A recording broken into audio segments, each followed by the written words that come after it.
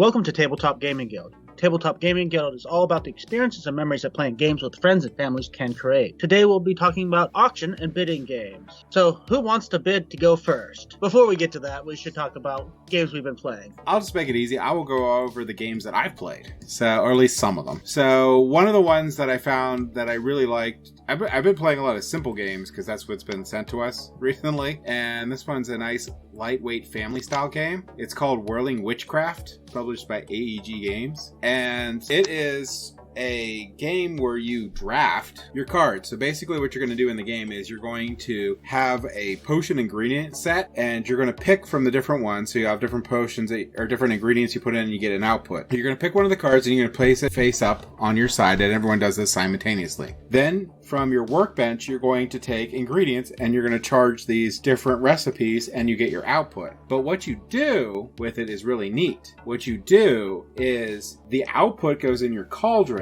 and at the end of your turn, you pass the cauldron to the person on your right. And then you fill your workbench with the output from the person that was on your left. And what that person on your left is trying to do is overflow your workbench. Because if you have too many of one type of ingredient on your board, they get a point for every ingredient you overflow. The first person to 5 points wins. So it's really cool where you're passing these cauldrons, but you're also passing the remainder of your hand over too. And you get the cards from the player on the left, and then you draw another card up. So you do have one other option, but you're essentially drafting cards, trying to create an engine to produce cubes, and you have two things you have to think about. One is overloading the person to your right, and trying not to get overloaded yourself. So you're looking at trying to dump cubes out of your area, and you have to balance that with creating cubes to give it to another player. It's really fast. It's really fun. I don't know how many replays I would have with it, but it would definitely be a game that I would take out and play if anyone asked, or if I was at the end of a game night or we had a little bit of time, because it only takes 30 minutes to play and it's pretty easy to set up. So it has a lot of bonuses with it. That's Whirling Witchcraft. Plus, although this podcast won't be coming out until well after Halloween, it's almost Halloween, so it's a perfect Halloween game too. Another game that I played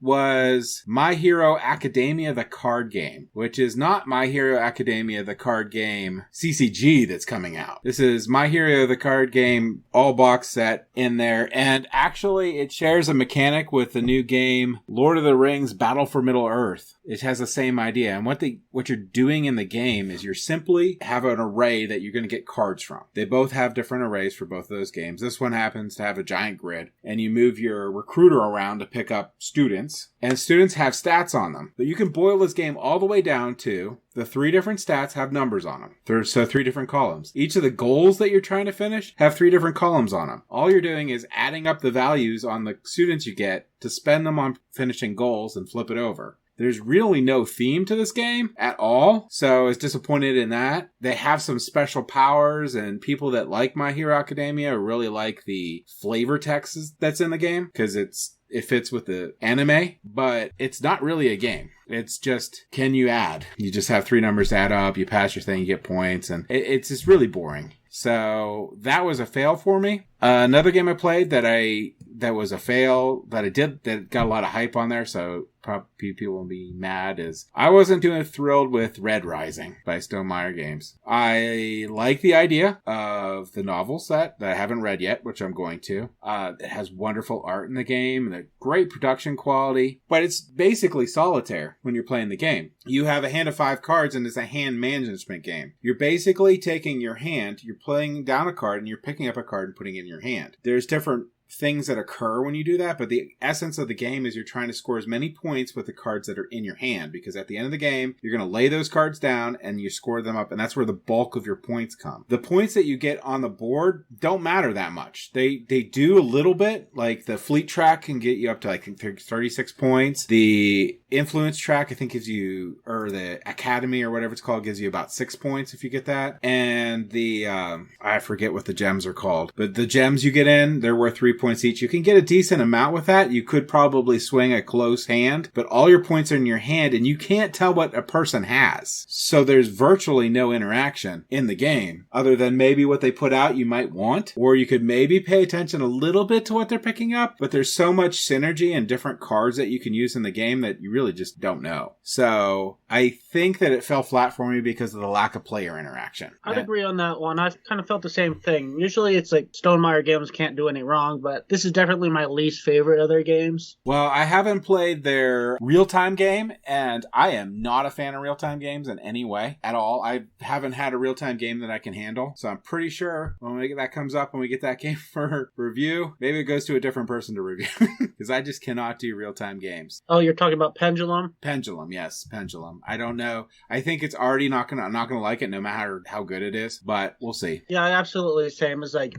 I saw Stonemaier, almost bought it, then I saw it real time, and I said, no, never mind. Yep, I'm going to go over two more. I'm going to get back up to the high level here. I'm going to do a quick one. I got to play Wonderland Flux. So if you've played Flux, it's a card game where you start out with 3 cards. The rules are always in flux, so when your turn, you can play cards down that change the rules throughout the game or remove rules, and your whole goal is to meet whatever current card goal is out there to have what's called keepers out that match it. This game is, if you know Flux, it's Flux. It's a Wonderland theme version of Flux. And it's the book one, not any of the movies. So this one, the art reflects like a literary work. The art's very good on it because you play it and you're like, this is a literary work of Alice in Wonderland. You know what it is. It's true to the book, like all the things are in it. The only thing that really sets this one apart from other Flux games is it has a single creeper in it. And that single creeper, which is the Jabberwocky, if you get that guy, he will kill one of your keepers and then move to the next person on the left.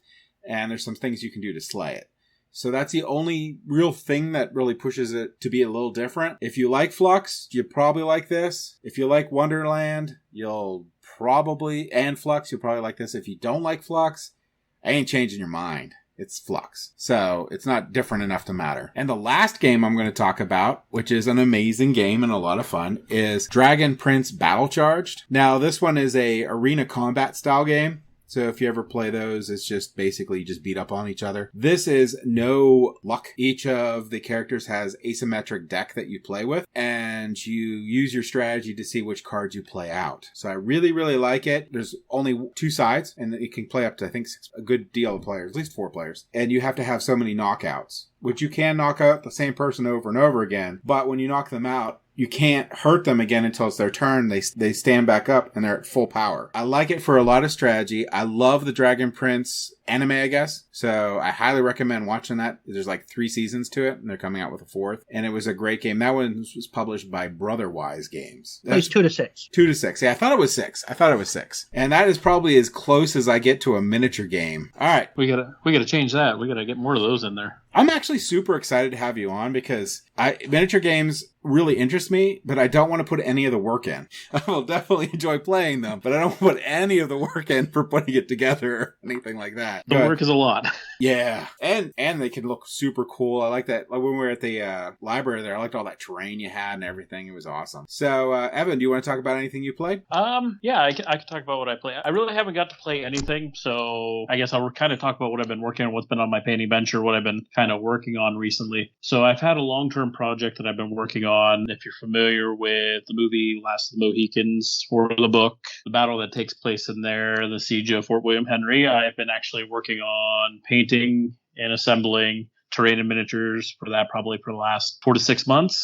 So I finished another batch of French Marines for that. And onto my bench now, since I finished that, will be actually 15 Millimeter Gladiators for a game called Sons of Mars. So it's a really cool mini game. It's actually a really light one. You actually create your gladiator, or you can do a campaign mode, which is you create a gladiator school, and the entire core of the game is just straight into the gladiatorial arena. The gladiator combat is really almost like a rock, paper, scissors match. So certain gladiators work better against others and fail against other types. But super simple to play, pick up. You can get a couple matches in probably within 30 minutes to an hour. So it plays really quick. And I'm excited to get that one done. The miniatures should paint up super easy because gladiators at the time were pretty much half naked, and it's just going to be a lot of suntanned flesh and sharp, pointy sticks. So when you paint those, Do you use like the flesh washes? Raxum Shade, I think it's called, or whatever? So my new obsession with some of the paints has been the Citadel line of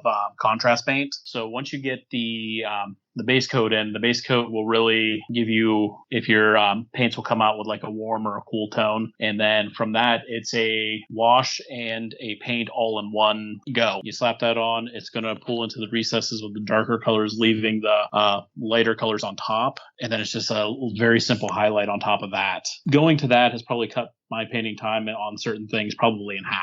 Yeah, I really like the wash systems, and I do about the same thing. I don't go as far as you do, though. I just do my base colors, do a wash, and then coat them, and I'm done. For the most part, I still kind of look at it. You're looking at the miniatures from anywhere from 3 to 6 feet away. So some of the fine details you can easily obscure doing that. Nobody's going to notice if your buttons aren't exactly colored correctly, or that guy has the wrong piping on his shoulders. Certain people will notice that, the rivet counters for tanks and whatnot, and they drive me absolutely insane. But yeah, you can get a really good miniature done just with a base coat, a wash on there, and it looks good. All right, Dan, so what did you play? Contrary to popular belief, I did not play just new games. This past week, I played only old games. I had something else on my plate one of the 2 days that we sat down to play, so we only got in a couple levels of the crew. This is the original crew, not the new crew, for those who are curious. But the crew is an amazing cooperative trick-taking game that is equally frustrating at sometimes because, you know, the objective tells you that you need to do 4 things in a particular order, and there's limited communication, and that usually takes a couple tries to pull that one off. The other game that we got to the table just early today was Dune Imperium. I finally have a physical copy of Dune Imperium, and I am enjoying it just as much as I enjoyed it previous, both on the channel and off in some digital implementation or not. I am super excited because Levity Games is sending me stickers for Dune. So I got little stickers to make all the little wood bits look really awesome. I just watched the movie, so I got to play that game again. Yeah, I want to see the movie, and just because all the art and all the stuff is from the movie in Dune Imperium, so I want to see how ties in and stuff. So Nathan, what have you been up to? So I got a Halloween game in as well, and that was Horrified. Now, Horrified is, the classic movie monsters. You got Frankenstein and his bride, you got the Invisible Man, you got the Wolfman, and those kind of characters. It's a pretty simple, family-friendly game. It's not scary in any way. I mean, it's a horror theme, but the horror doesn't really come across. It's more of a managing your actions. So you can use an action. You're using actions to move. You can use your actions to move villagers and try to keep themselves safe. You're picking up items, and you can use those items to protect yourself. But you also use those items to complete tasks, because every monster has its own unique task that you have to complete. And once you completed that task, such as with Frankenstein and the Bride, you're supposed to be using items to teach them humanity. And then once you've completed that task, there's a final task that's usually, with most of them other than Frankenstein, it's just beating them up or scaring them away. So it's a light game. It's all right. If you're really into, that old movie monsters, you probably really like this. But if you're not, it's still a decent game. The other one I really liked is an abstract strategy game called Martian Chess. Now, despite the name, this is basically anti-chess. It does have a lot of the feel of chess, but if you try to use the strategies you would use in chess, you're going to get slaughtered in this game. You have to really change your way of thinking for this game, because in this game, you're controlling pyramids.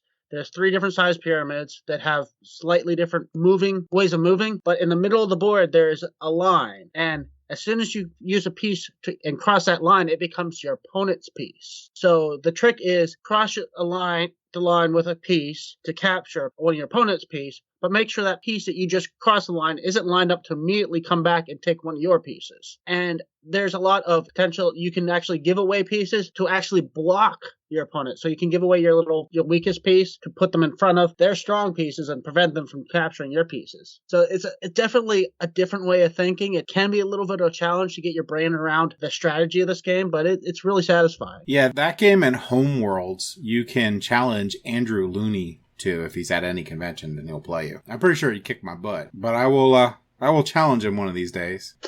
And I've actually never played Horrified as a game that I definitely need to play. I did have a chance to try that once or twice on Tabletop Simulator. I felt it to be a perfectly solid co-op.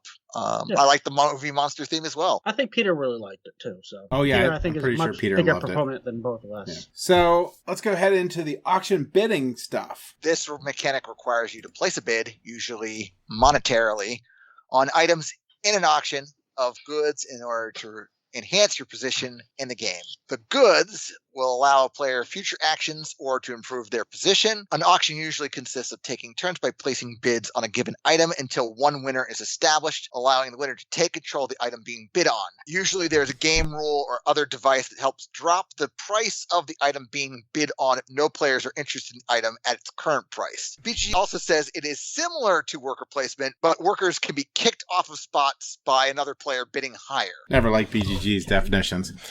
No. All right, well, yeah, that's from the geek, folks. Paraphrased, roughly. So I'll get the party started with a blind auction game. And Dune and Scythe both have a blind auction in the form of their combat dials. In both Dune and Scythe, just to distill them down a little bit, you have a dial where you can set a power which is going to be related to your ability of having something. So in Scythe, it's how much strength that you want to commit to the battle. And then you have some cards that you can hide to augment it a little bit. But either way, you're blind bidding a number, and whoever simply has the highest number when it flips wins. Ankh is in the same vein. You have to bid your followers for Plague, and whoever has the highest at that will be the remaining player out there. And just so everyone knows, Ankh was designed by Eric M. Lang. So there you go. There's my thing. Rising Sun also has a blind bidding too, and the blind bidding on that one is during combat. Don't remember off the top of my head for resolution, but it's the same as all the other four. They're all blind bidding games. And you guys have any examples of other blind bidding games that you want to mention that maybe do something different? I've got one, and it's actually in this very same vein.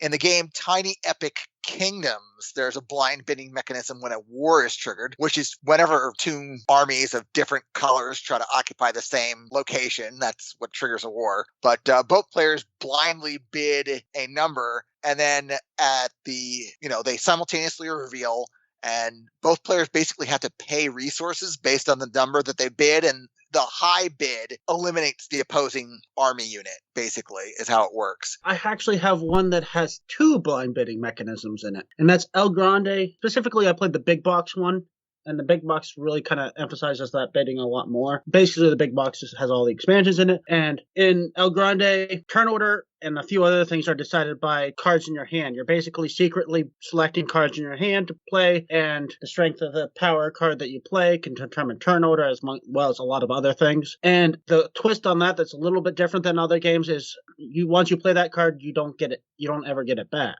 So you know what people still have in their hand. The second mechanism of bidding in this game is the Castell. So you have basically a blind bidding area control mechanism. So you're throwing meeples into this little tower using some of your possible actions, and you don't know how much anybody has thrown in there. You can see them. They have to tell you when they throw it in, but you have to kind of remember. And then when it's revealed, you do the area control for that actual area, and then you can reuse those meeples to put them in new regions and hopefully take area control over from the regions you spread these guys into. And actually, there's a third blind bidding mechanism in this, because when you do that reveal, you're doing your third one, which is secretly on a dial, you're selecting what region you're going to. So although that's a little bit of a stretch, call that a blind bidding, because you're not actually bidding on anything, you're just secretly selecting a place. But it's still kind of the same basic concept. And here I thought you would mention Downforce. Oh, that's coming. Oh, okay.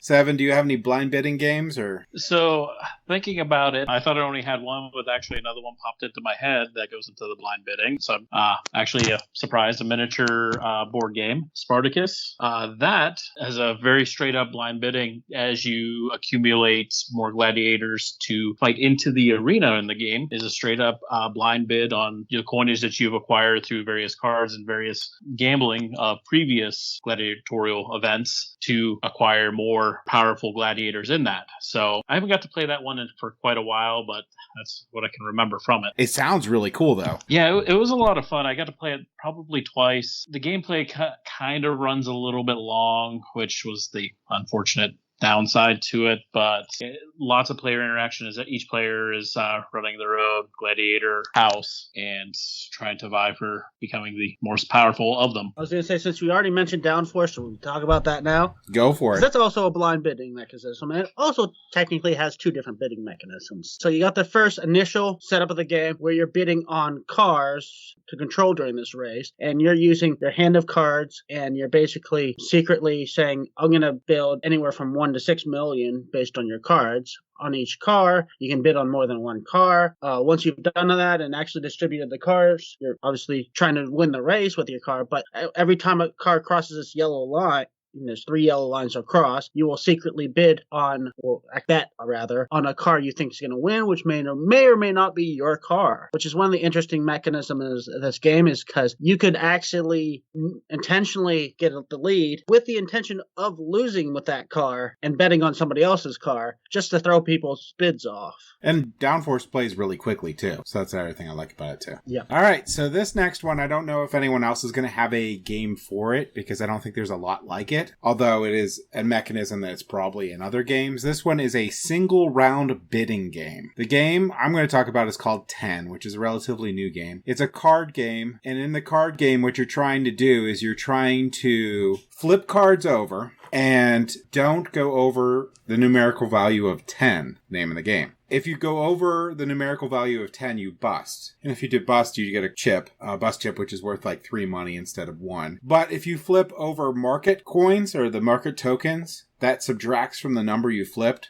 So like if I have and the numbers go 1 through 9. So if I have a 5 out and I flip a 4 chip thing, that'll reduce the number to 1. So I have a total of 1, so I can keep on going. So there's a lot of push your luck and really cool stuff in it. But the flip side of that is, the more money I have out, I can only pick one of the two things. I can either get the numerical cards, or I can take the money. If I don't take the money goes to everyone else. And they can use that, they can have a max of 10, because everything's 10 in the game, to buy cards that go in the market. So if I take the money, my cards go into a market, and on everyone else's turn, if they don't bust, they can buy a single card from there. And you're trying to create sequences 1 through 9, and you have 4 different colors. Only the largest sequence of each color scores, and each number in the sequence is worth 1 point.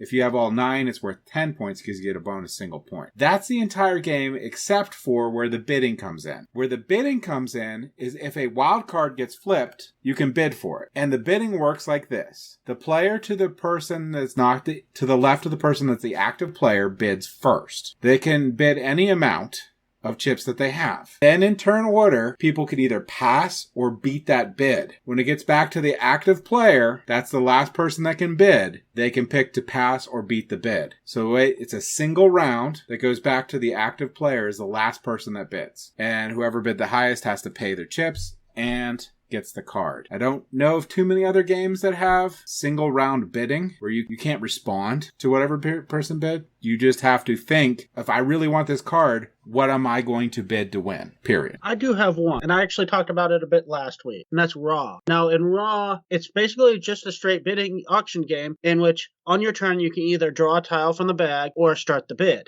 You know, you're going to want to draw until you got a nice little collection of tiles. It's basically a set collection game. But once a bid starts, it starts with the person on the left, and everybody has 3 bidding tokens that they can bid with. Once they've used all those, they're out of the bidding for the rest of the game. So they have to put it down. They can't, then everybody knows what they bid and can decide whether they want to outbid them or not. And it doesn't come back around. As soon as it gets to the person who initiated it, he can choose to bid or not. But they also get the bid token for next round of the game that the last person used. I didn't explain that well. So the token that you use for your bid also becomes available for people to bid on along with the tiles for the next round of bidding. So after you've used all 3 and they start the next round of the game, you may have weaker or stronger possible bid tokens. based on what you bid on this round. I've got one too. It's only a piece of the game, but I do realize that it's a single round of bidding. In the game Archipelago, players have to bid for turn order, and this is a single blind bid. So players put some number of coins into a closed fist and then reveal simultaneously. And the winner of the bid doesn't go first. They get to determine who goes first, which is relevant because the game has fairly loose negotiation rules to it. And the person who does act first does get advantages in terms of gathering resources and negotiating various pieces of the following round. One of my favorite games is like that, which is 8-Minute Empire. At the beginning of 8-Minute Empire, you determine who goes first by spending as much fixed income in a blind bid as you want. So you have a fixed income for buying cards in 8-Minute Empire, and you bet that away to go first. So I do like that one a lot. I'm going to go into a classic bidding game. One of my favorite games that no one will ever play with me, because I have a couple games where I just can't help myself and I'm just ruthless. One of them's Agricola and the other one's Power Grid. I cannot help myself. I have to destroy people in Power Grid. I can't be nice in any way in this game. And people say it's a math heavy game, but it's a thinky game where you have to do a lot of adding and you have to do a lot of futures in it. But one of the mechanisms in Power Grid is going to be buying power plants. And there's a lot to setting the turn order based on how many things you fired and how much money you have and all that fun stuff. We're not getting into that. What we're going to get into is these power plants are what you're going to bid on, which is very ruthless because after that comes in where you get the resources that you're going to need to power these plants, and it goes in reverse turn order for those. So in this game, it's classic bidding. You get to keep one plant, and when each one goes, the active player will start the bidding and it'll go around. When someone passes, they can't bid anymore. Whoever bid the highest gets it. There's strategy in how you bid because once you have a plant, you can't get another and you can't bid. So you can pay attention to what's out there and say, well, since I didn't get a plant yet, and I'm still the active player, I can throw out plants I don't want to get people to bid for them, but I have to start out the bid with something so I can end up with these. So it's a really fun, ruthless game, and that's Power Grid with a straight up auction. And since Evan didn't get much chance, do you have a straight up auction game you want to talk about? So as you guys were talking, it clicked in my mind. The other game that I had actually goes back 2 categories ago with the blind bidding. My apologies for falling asleep on that one. So the one that came to mind for me was the game called Container. So it's straight up economy. You build colored resource. You have to buy other people's colored resources to build finished product. And as you build finished product, you go out and buy the finished products from other people.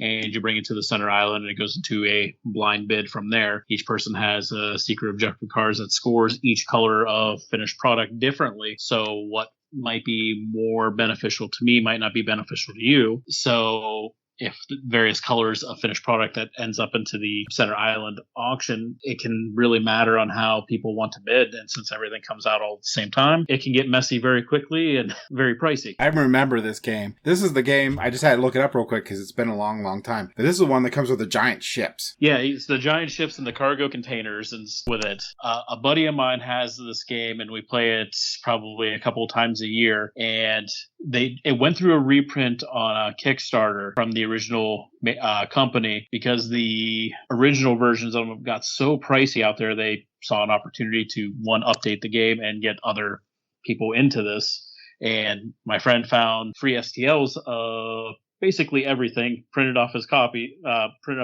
and went instead of going to the secondary market of trying to spend $300 for a copy of the game. Did you make the ships bigger? The reprint, they jumbo sized the ships. They're huge. I've never played the reprint one, but oh my gosh, does that have to be painful to move all those things around all the time? It's actually kind of fun because you get them out into the water and then you kind of move them into other people's ports. It's actually kind of fun to do that. Well, yeah, I'm going to hop back a category too. I thought of another single round bidding game. So in Godfather, Corleone's Empire, there's a bid at the end of each round, I think, where you're bidding on one of the specialist cards. And this is a single round blind bid because people pull cards out of their suitcases, which is basically victory points, to acquire these cards, these specialist cards that do interesting, strange things in the game. And it's just whoever has pulled out the highest value worth of money cards gets the specialist for that round. Oh, I'm sorry. I can't remember. Who designed that game? I'm sorry, that game was designed by Eric M. Lang. Oh, really? I didn't remember. Yeah, I was trying to remember what the bidding mechanism was on this. I saw it on the list and I couldn't recall. As for straight up auctions, you guys would call like Keyflower a straight up auction, right? Yeah, okay. We'll go with Keyflower then. So in Keyflower, you're like trying to build this quaint little village, and every round there are tiles available, and you can put your meeples on the tiles to use their actions, or you can put them next to the tile as a bid. And the meeples come in a couple different colors, and the cool thing about it is if you drop a blue meeple onto or next to a tile, that tile can now only be bid on or activated with more blue meeples. So it sort of like controls the market. That is a game I definitely want to play again at some point. You still have it, right? I do not. It's potentially one of my regrets of getting rid of, but I'm not going to go out and find it because I did get rid of it at one point in time. Okay, I guess I'll talk about these. I wasn't really ready for this category. For some reason, the straight up bidding was not one I came up with. But, there's always games like Bridge, but Rook, I think, is a much better version of Bridge. It's a similar type of game, but I could never really get into Bridge, mainly because of some of the meta game elements of it, where in Bridge you're not allowed to communicate things, but you're supposed to know this secret language. Like, how you behave is how you communicate, and if you don't know this secret language, you're almost ostracized, it seems like, and I didn't like that at all. Rook, as far as I know, doesn't have this meta behind it. It's basically the same type of thing. Only certain cards are worth values. You're bidding on what total value of cards you can win in tricks, and you're going to have a partner, and you're not really allowed to communicate. I suppose you could come up with signals and things, but it's not really encouraged so much in Rook as it is in Bridge. I don't know. Rook's a pretty competitive game, so it is. I know a lot of places played it, like University College had a big Rook thing, and I'm pretty sure you could get killed in Rook just as much as Bridge, but I know Bridge has like groups. Yeah. I've got one more game to talk about. Well, I've got more than one game to talk about, but we'll talk about this game first. So there's a game that I've only played a couple times, unfortunately, but it's called Isle of Skye, From Chieftain to King. James, I see you nodding. Do you know who made this game? No idea. Okay, this game was designed by Alexander Fischer. James? Who the heck is he? He is the best designer on the face of the planet. How about that? All right, but this game's got a very interesting market economy to it. First of all, it's a tile laying game. Every round you get 3 tiles, and you use a screen to associate coins with the 3 tiles that you've been dealt. Next to one of the tiles, you put this axe marker, and that means that tile is discarded from that round completely, right? And then everyone lifts their shields, and you see these coins next to the tiles, and whoever goes first that round basically has to pick a tile that belongs to somebody else and buy it from them for however many coins they've set aside for it. And then if a tile doesn't get picked by the end of the round, you lose the coins that you set aside for it, and you get it. I mean, he's no Eric M. Lang, but I guess he did okay with that game. Yeah, this is somewhat similar to the bidding mechanism, at least, is somewhat similar to that of Castles of Mad Queen Ludwig, I believe, where Castles Mad King Ludwig, you're not really putting up your own tiles, but you're putting up tiles for everybody to bid on, including yourself, and you have to set the prices. So, and then everybody gets a chance to buy before you do. So it's not really a typical bidding game in that nobody's really bidding, but you are doing your own bidding against yourself, essentially, by setting the prices. I did really like that game. Yeah, it's hard to describe, but it is an interest. You're not just bidding, you are creating the bidding table, as it were, by setting the prices. Same like modern art does. I think that's the same thing where you can set the basic price it's going to go at to start. Right. And then you go off So if from it's there. a tile you want, you have to make sure you set it high enough that nobody else buys it out from under you, but low enough that you can still afford it. Yeah, Power Grid does the same thing. Only there's multiple auctions happening.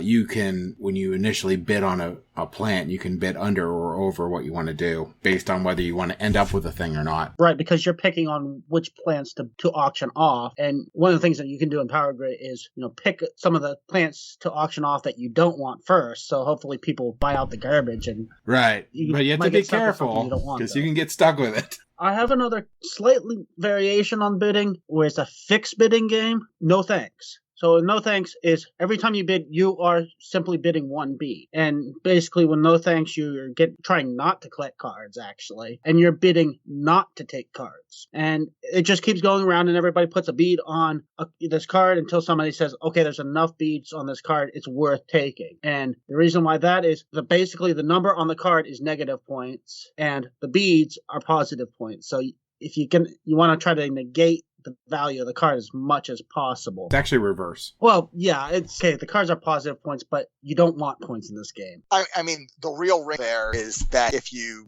assemble runs, that the points are negated, right? Yes. So if you have the 15, 16, and 17, those three cards aren't worth like 48 points. They're worth 17 points. Other way. 15. You get the lowest. Oh, okay. That way the game actually gives you leverage. So if you see other people's runs, because when you play No Thanks, you're going to shuffle it up and you're going to take 9 cards out. No one knows what those 9 cards are. When you get cards and you start getting sequences or you get gaps and stuff, you can see what other people have, and if you're the only one that really can benefit from dropping down that, but it would hurt other people, you can force them to put their bidding chips on there. You can also force people to take cards because you know they're running out of chips. It's just a really cool, simple game, which the same person, whoever that was, I don't know off the top of my head, that did No Thanks, did 10. Is that the designer or the publisher? I don't know. I'm pretty sure it's the designer because they said from the creators of No Thanks. The designer is Thorsten Gimler. And then what's 10? 10. Not listed under him. Probably both AEG then. 10 is... Actually, I think No Thanks is Amigo and 10 is AEG. 10 is AEG. No Thanks is, not AEG. It's Amigo, I think. No Thanks currently probably Asmodee. I think it originally was Amigo, though. But I think it was originally, either that Amigo or Z-Man. It's one of those two, probably.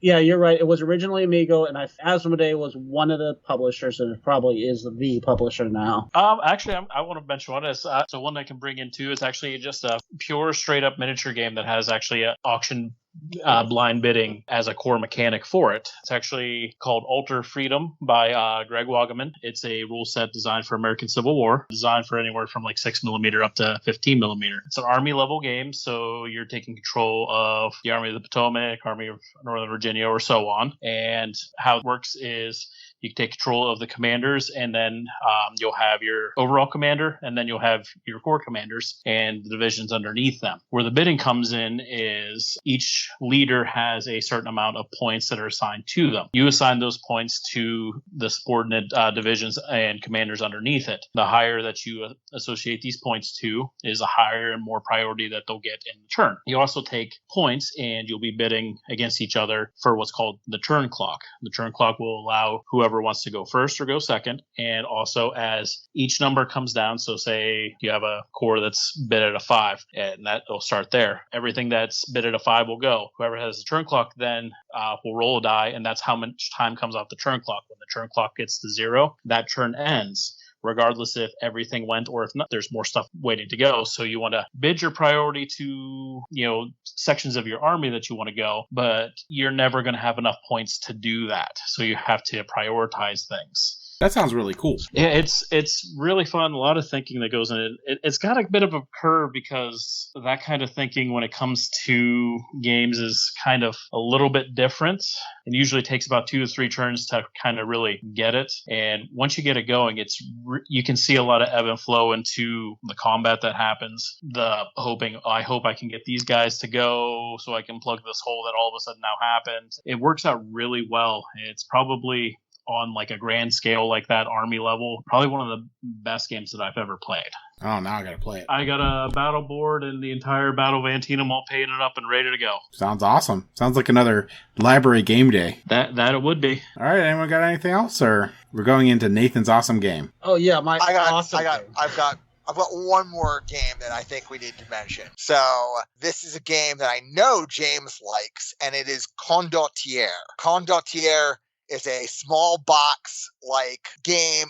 It's like a card game. If you played the game from the card game from the Witcher video games, it's effectively the same game, except this game came first. So in this game, you're bidding with cards that represent troops. The troops have various numbers associated with them. There are several cards that have unique special powers, but you have this hand of cards and you're trying to win multiple battles with one hand of cards.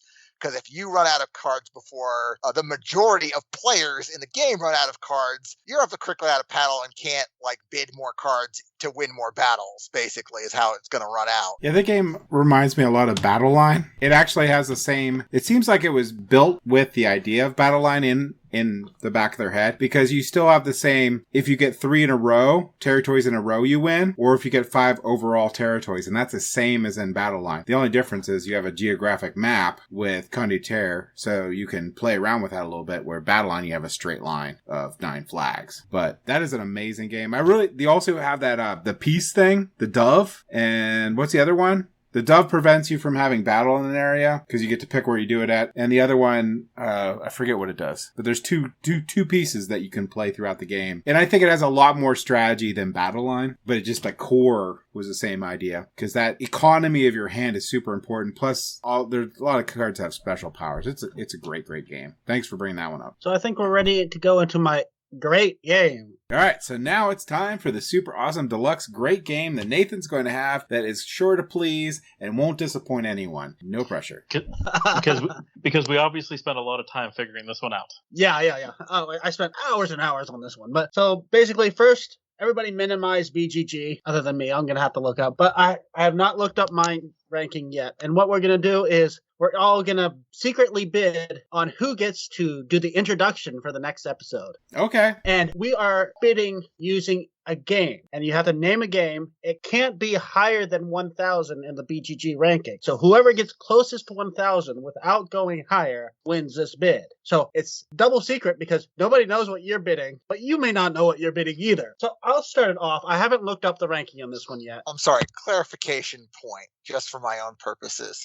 Sure. Are we trying to get the closest to 1,000 without going over, aka 900 something, or the closest to 1,000 without going under, aka 1,005? So you want to get closest to 1,000. If you get number 999, you're out. You've lost. Okay, so it if has you to get be 1,000, you've won. Okay, all right. It has to be on that side of it. Okay, gotcha. I only play good games. Oh, okay. Well, I haven't looked up the ranking for this one yet, but my first one is Guilds of London. Or my bid is Guilds of London. You lost. I'm pretty sure you lost super bad. I'm not going to say your ranking yet. I'll let everybody do theirs. So, Guilds of London is a tiled area control game. So you can have a map, and the map is going to kind of expand throughout the game, and you're just trying to take control over the different areas of map. You get points for being the first, have the highest majority, and the second highest majority, but you're also playing multi-purpose cards to be able to gain control of these areas. I know like 90% of the games I have over there are under 1,000, so this is hard. Well, Guilds of London is definitely a game that's largely considered underrated. A lot of that is because the iconography is terrible. It's worse than Race for the Galaxy, but it's a really good, solid game underneath it. I'm going to take a stab here. I was looking at my shelf, and from what I got, I'm going to go with Robin Hood and the Merry Men by Final Frontier Games. That's a good one. I think I'll be close. Yeah, Robin Hood and the Merry Men. The game plays, you play as either Robin Hood or one of the Merry Men, basically following the story, stealing money, stopping carriages coming in while outwitting the Sheriff of Nottingham. I think it's going to be down in that area. The studio's smaller. I've seen a couple people have had the game and unloaded on some of the board game trade groups. Never for a lot, so I don't know why. The game plays really good. It's really fun. It's a good co-op game. It just, I don't know. It never took off, so I think it's going to be in there. Well, this was a Kickstarter, and I think it felt like one of those kitchen sink Kickstarters where they may have put a little bit too much into it. I have not played it yet. I actually did get it from one of the people that offloaded it. I just haven't got it to the table yet. Yeah, it can be a little busy on there, and the only way you can really combat it is if you get a lot of people playing it all at once. Okay, so somebody else ready? Sure, I'll take a shot. I have an unfair advantage because I have a discount area in my store that I look at periodically. So I'm going to pick something up my discount shelf and hope that it's close enough. The game that I will pick is called, this is Disney's A Wrinkle in Time, the Daring Adventure game. I'm pretty sure you lost because of the opposite direction. Yeah, it's possible. It's I'm possible. What I'm going to say, I'm not saying this game, but what I really want to say is Tricarion, because I have a seething hatred of that game, but I'm pretty sure it's way under 1,000. So instead, I am going to pick, oh my gosh, all my games are awesome. I'm sorry. They're all awesome. Oh man. I'm going to pick, I'm pretty sure it's going to be under 1,000, but we're going to go with BattleCon, which is going to be Devastations of the Endines specifically. Oh yeah, you've just cut yourself out of it. Yeah. This one here is a really, really, really good. Like for card combat games, I think this one's the best. It beats out all the other card combat games. If you're talking like Combo Fighter or the other one by Restoration Games, I can't think off the top of my head, where you can play Bigfoot or the Merry Men or whatever. This game is a lot better. Basically, you're going to have customizable, or not customizable, you're going to have set decks that are asymmetric, that are all very different and have very different play styles and very different levels of strategy that you need to put into them. You have a simple board, which is just left and right with different spaces on it, and you just move back and forth on it. Great, great game. I'm pretty sure it's under 1,000. So I think I lost, but that's my game. Okay, so the game that we chose, we got Guilds of London, Robin Hood and his Merry Men, and the Merry Men, sorry, A Wrinkle in Time, a Daring Adventure game, and BattleCon Devastation for Endine. Who do you guys think won? I don't know. Since it's over, I'm bringing up BGG, so I'm trying to figure out where I'm at. I think actually Evan got the closest. I'm going to go with him. Without looking. Yeah, okay. Shoot. I only have good games. Okay, should we start with the people who are eliminated? First off, A Wrinkle in Time, a Daring Adventure is eliminated simply because it doesn't have enough ratings to actually have a rank. Oh, wow. I did go too badly in the wrong direction. Nice. Okay, next one to be eliminated. BattleCon Devastation for Endines. This is much too highly rated. This is 412. It is not too highly rated. I think it actually, if it was more readily available, it would be lower. To be fair, I mean, what meant it's much too highly rated for the purposes of this game. Oh yeah, okay. Yes, it is. Okay. All right. Next, how did Robin Hood and the Merry Men do? 2,149. Hey. Is that victory? And I swear I didn't cheat. Oh no, I swear yours should be under 1,000. You were running the contest. Of course you cheated. Guilds of London is 1,619. Well, looks like you get to do the intro. I do have something sad that I want to bring up, which is one of my favorite games ever created, and it's in my top 10 games. It is, I didn't say it because I just don't know why, I don't know if it was a Kickstarter, so I don't know if it's in the major distribution or at all. Dan would probably know. But Shiver Me Timbers is an amazing game, and it's ranked 4,734. Its score is 8.3. I just don't think enough people have the game. Not been delivered yet, right? I have it. I hope so, because it is such a good game. It is such an amazing game. I know from talking to the designer that there's going to be an expansion for it. Hopefully they're going to keep doing that, because I just love that game. I know Dan's got to play it. I know Nathan's got to play it. It is literally like the pirate sandbox game. Yeah, this is an excellent game. It's got a few things against it. One, I don't think it's delivered yet. So also, this is a first-time designer, which is amazing, the fact that he could publish a game like this as his first game. It's also a small publishing company, I believe. Yeah, looks... I'm going to butcher this. Verlang. It's a German company, obviously. Yeah. It's definitely the only game they ever published. Yeah, he did it better than I did, that's for sure. I think that one is a hidden gem game. That game is amazing. I really, really, really hope it doesn't die, just because not enough people have it. I think Yeah, once it delivers and people start talking about it, I think it'll do well. Hopefully. I mean, I love this game too. It's really well done. So sad now. On our pirate-themed episode, it's gonna be on there. Just spoilers. I bet Evan has a lot of. There's a lot of pirate-themed miniature games out there. There is. I have a couple buried in my pile of shame. Have to be resurrected for that episode. Do Do you have Blood and Plunder? I do have Blood and Plunder. I have some of that in there. That's the only one that's coming to mind, but I do have that one. Thank you, Nathan, for the contest. Yeah, thank you, Nathan, for the contest. That was our episode on auction and bidding games. Thank you for listening.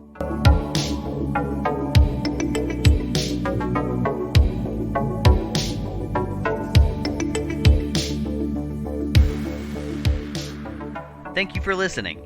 If you have any feedback for us, feel free to visit us on Facebook, Instagram, Twitter, or Board Game Geek Guild 2989, or our website at tabletopgamingguild.com.